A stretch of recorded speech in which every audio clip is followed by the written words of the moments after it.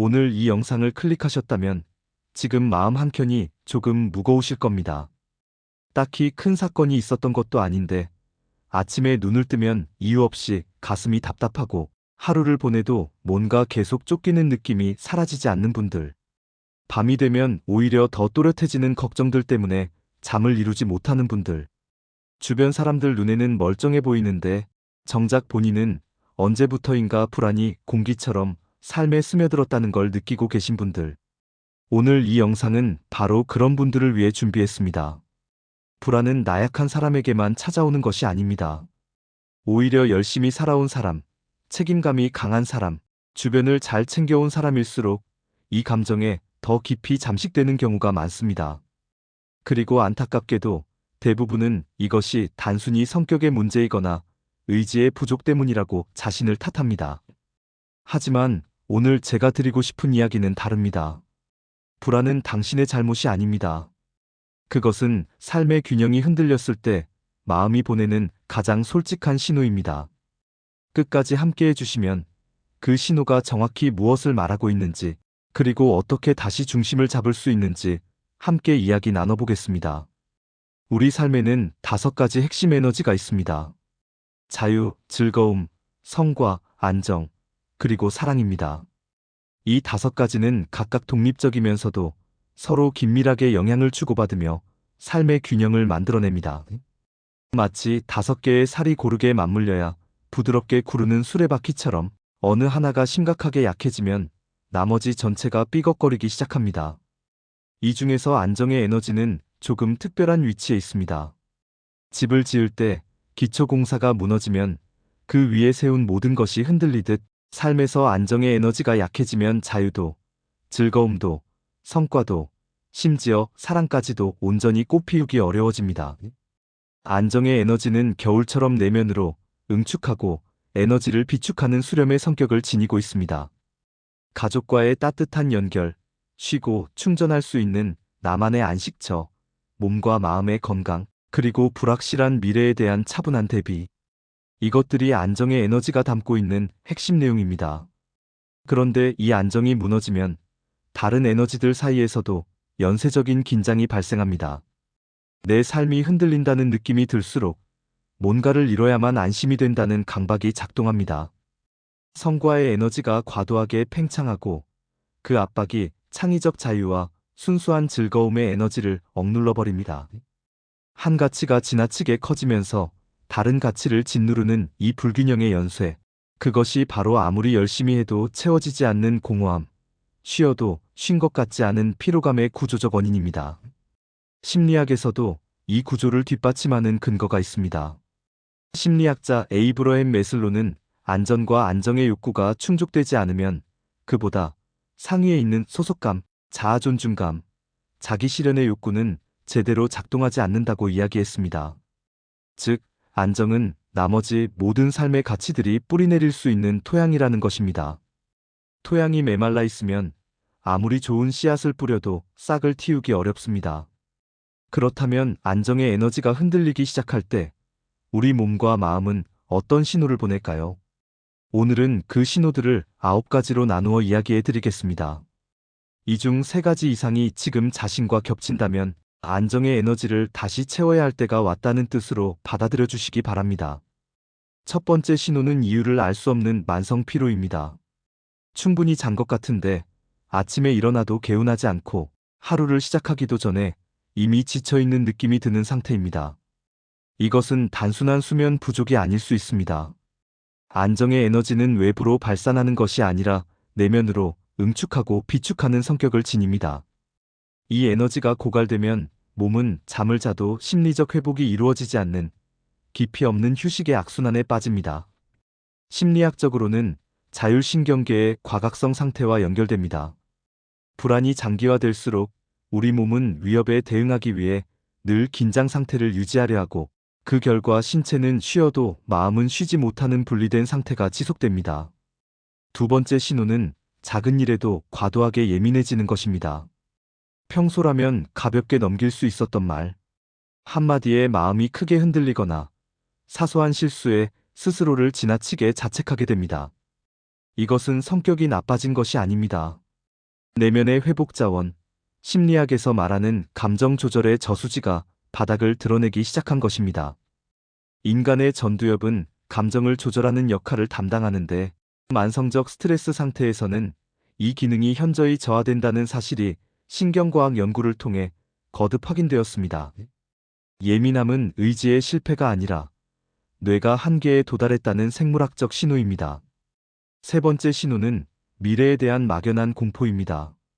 구체적으로 무엇이 두렵다기보다 그냥 앞날이 불안합니다. 지금 당장 눈앞에 닥친 문제가 없는데도 잘 되고 있는 게 맞나? 이게 언제 무너질까 하는 생각이 반복됩니다. 안정의 에너지는 불확실한 미래에 대한 내면의 방어막 역할을 합니다.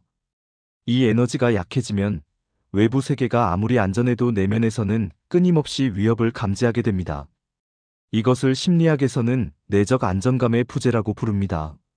밖에서 아무리 성과를 쌓아도 안이 채워지지 않으니 채워도 불안은 사라지지 않습니다. 네 번째 신호는 결정을 내리기 어려워지는 것입니다. 메뉴를 고르는 것처럼 작은 선택조차 오래 망설여지고 한 번 결정한 것도 계속 다시 뒤집고 싶어집니다. 심리학에서는 이를 의사결정 피로라고 부릅니다. 안정이 무너지면 삶의 구심점, 즉 내가 어떤 사람이고 무엇을 원하는지에 대한 기준점도 함께 흔들립니다.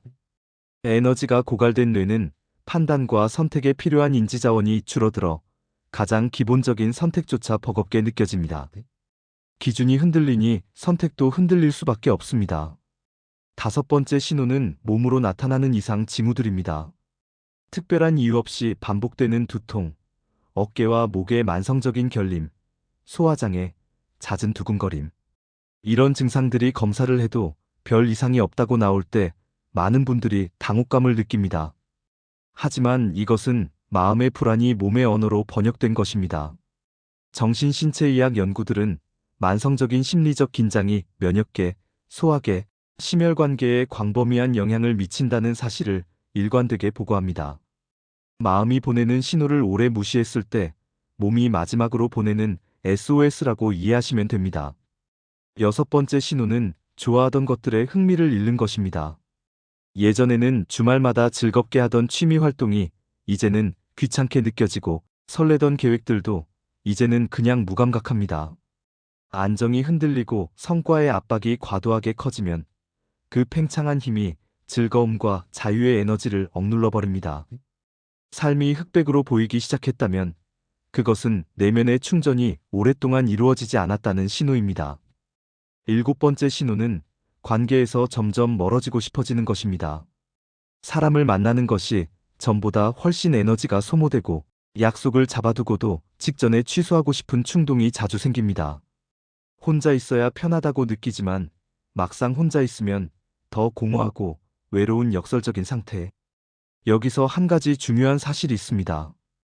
이 상태에서 억지로 사람들과 어울리거나 타인을 향한 관심과 에너지를 무리하게 소비하면 오히려 안정의 에너지가 더욱 고갈될 수 있습니다. 안정의 에너지는 본래 내면으로 응축하고 비축하는 성격을 지니기 때문에 이 시기에 가장 필요한 것은 타인을 향해 에너지를 쏟는 것이 아니라 철저히 자기 자신에게 집중하는 수렴의 시간입니다. 여덟 번째 신호는 과도한 통제 욕구 또는 반대로 극심한 무기력감입니다. 어떤 분들은 불안해질수록 주변 환경이나 계획을 더욱 빡빡하게 통제하려 합니다. 반면 또 어떤 분들은 아무것도 하기 싫고 침대에서 일어나는 것조차 의미 없게 느껴지는 무기력의 구렁텅이에 빠집니다. 이 두 가지는 표면적으로 정반대처럼 보이지만 뿌리는 같습니다.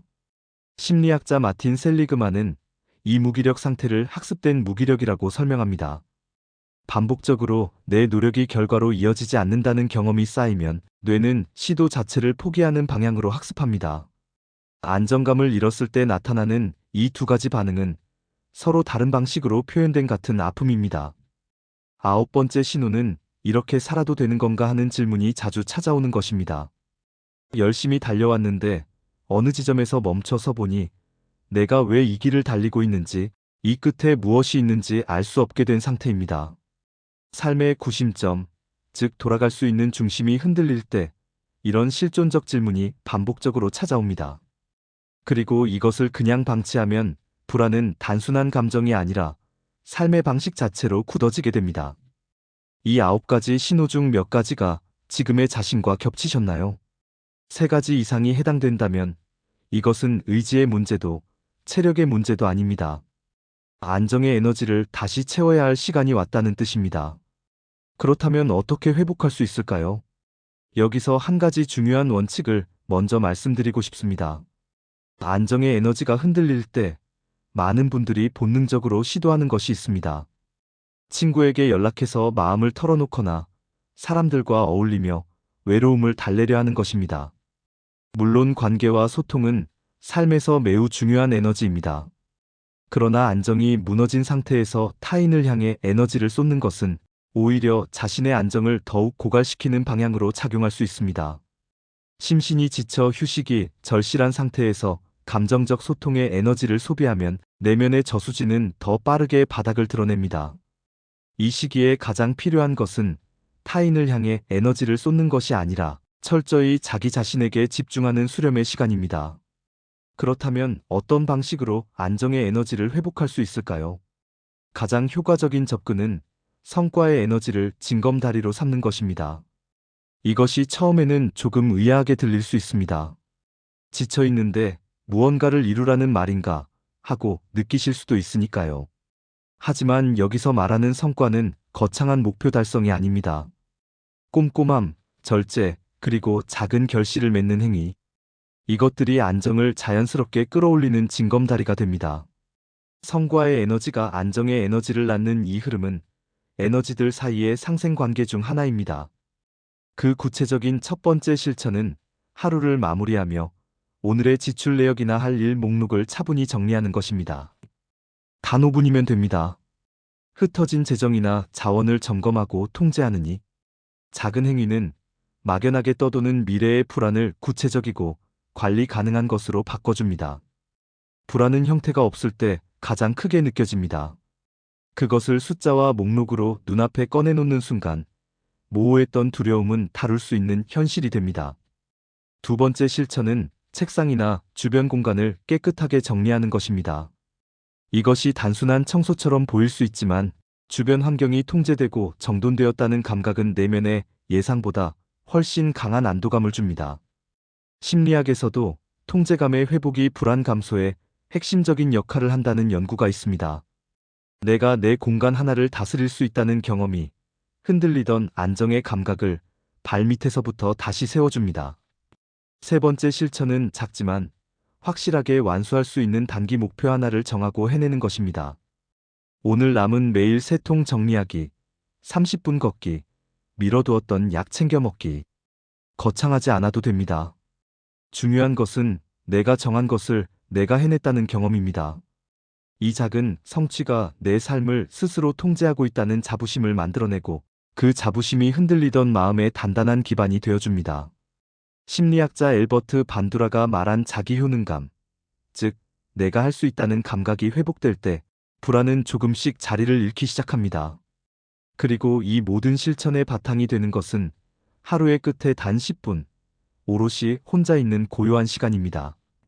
스마트폰을 내려놓고 내일 해야 할 일도 잠시 덮어두고 복잡한 대인 관계에서도 잠시 벗어나 오로지 자기 자신에게만 집중하는 시간. 이것은 사회적 단절이 아닙니다. 오랫동안 외부로만 향해 있던 시선을 잠시 내면으로 돌려 고갈된 에너지를 비축하는 필수적인 회복의 의식입니다. 겨울이 땅속에 에너지를 응축해봄을 준비하듯 이 고요한 수렴의 시간이 쌓일 때 우리는 다시 밖을 향해 나아갈 힘을 얻게 됩니다. 불균형이 깊어질수록 감정은 폭풍우 치는 날의 파도처럼 크게 요동칩니다. 반면 이렇게 작은 절제와 정돈, 그리고 고요한 수렴의 시간들이 쌓여갈 때 출렁이던 감정은 서서히 조절되고 잔잔한 호수와 같은 마음의 평화가 찾아옵니다. 이것이 균형을 회복했다는 가장 확실한 증거입니다. 지금까지 안정의 에너지가 흔들릴 때 나타나는 9가지 신호와 그것을 다시 채우는 방법들을 함께 살펴보았습니다. 정리해드리면 불안은 당신이 나쁜 사람이어서도 의지가 부족해서도 아닙니다. 오랫동안 쉬지 못하고 달려오는 동안 삶을 지탱하는 가장 근본적인 에너지, 즉 안정의 감각이 조금씩 소진된 결과입니다. 회복의 방향도 이제 조금 더 분명해졌습니다. 지쳐있을 때 타인에게 기대거나 관계 속으로 뛰어들기보다 먼저 자신의 내면을 향해 고요히 돌아서는 것. 그리고 화려하지 않지만 작고 확실한 절제와 정돈의 행위들을 통해 흔들린 중심을 아래에서부터 다시 세우는 것. 이것이 안정의 에너지를 되찾는 가장 현실적이고 효과적인 길입니다. 우리의 삶은 어느 하나의 에너지만으로 완성되지 않습니다. 하지만 기초가 흔들릴 때는 다른 모든 것보다 그 기초를 먼저 돌봐야 합니다. 불안이 일상이 되어버린 지금, 가장 용기 있는 선택은 더 열심히 달리는 것이 아니라 잠시 멈추고 자신의 중심을 다시 잡는 것입니다. 지금 당신의 삶은 어떤 요소에 치우쳐 있나요? 내 삶의 행복을 가로막는 불균형 요소를 더보기란에 같이 밸런서 홈페이지 5대 가치 진단으로 접속하여 무료로 확인해 보세요.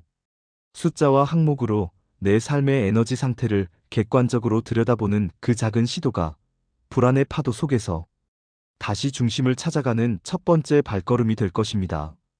오늘 이 영상이 오랫동안 혼자 버텨온 당신의 마음에 잠깐이라도 쉼이 되었기를 진심으로 바랍니다. 시청해주셔서 감사합니다.